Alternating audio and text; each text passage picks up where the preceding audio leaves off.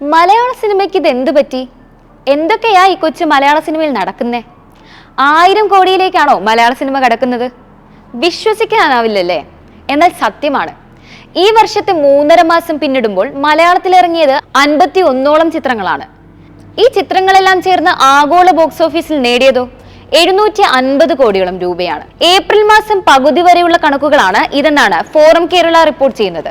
മലയാള cinema ചരിത്രത്തിലെ ഏറ്റവും വലിയ കളക്ഷൻ ബൂമാണ് ഇപ്പോൾ നടക്കുന്നതെന്ന് പറയേണ്ടി വരും. Satnet.com റിപ്പോർട്ട് പ്രകാരം ഇന്ത്യൻ ബോക്സ് ഓഫീസിൽ മലയാള സിനിമ 374 കോടിയാണ് നേടിയിരിക്കുന്നത്. അതായത് മലയാള സിനിമയുടെ മൊത്തം കളക്ഷന്റെ 50% വിദേശത്ത് നിന്ന് വരുന്നു എന്നതാണ്. തിയേറ്റർ റിലീസ് സംബന്ധിച്ച് മലയാളത്തിന് വലിയ സാധ്യതകളാണ് ഈ കണക്ക് തുറന്നിടുന്നത്. അവസാനം ഇറങ്ങിയ വിഷു റിലീസ് ചിത്രങ്ങളായ വർഷങ്ങൾക്ക് ശേഷം, ആവേശം എന്നിവ ഇതിനകം 77 കോടിയോളം രൂപ 5 ദിവസത്തിൽ ആഗോള ബോക്സ് ഓഫീസിൽ നേടിയെന്നതും വലിയ വാർത്തയാണ്. വിഷു റിലീസ് ചിത്രങ്ങളിൽ ആവേശം ഇതുവരെ 50 കോടിയോളം നേടിക്കഴിഞ്ഞു. ഇന്ത്യൻ ചിത്രങ്ങളിൽ തന്നെ 2ാം സ്ഥാനത്താണ് ഫഹദ് ഫാസിലിന്റെ ഈ ചിത്രം. ഇന്ത്യൻ ബോക്സ് ഓഫീസിൽ 3.5 മാസത്തിൽ മലയാള ചിത്രങ്ങൾ നേടിയത് 374.14 കോടിയാണ്. ബോളിവുഡും തെലുങ്കും കഴിഞ്ഞാൽ മലയാളമാണ് ഇത്തവണ ഇന്ത്യൻ ബോക്സ് ഓഫീസിൽ മുന്നിൽ.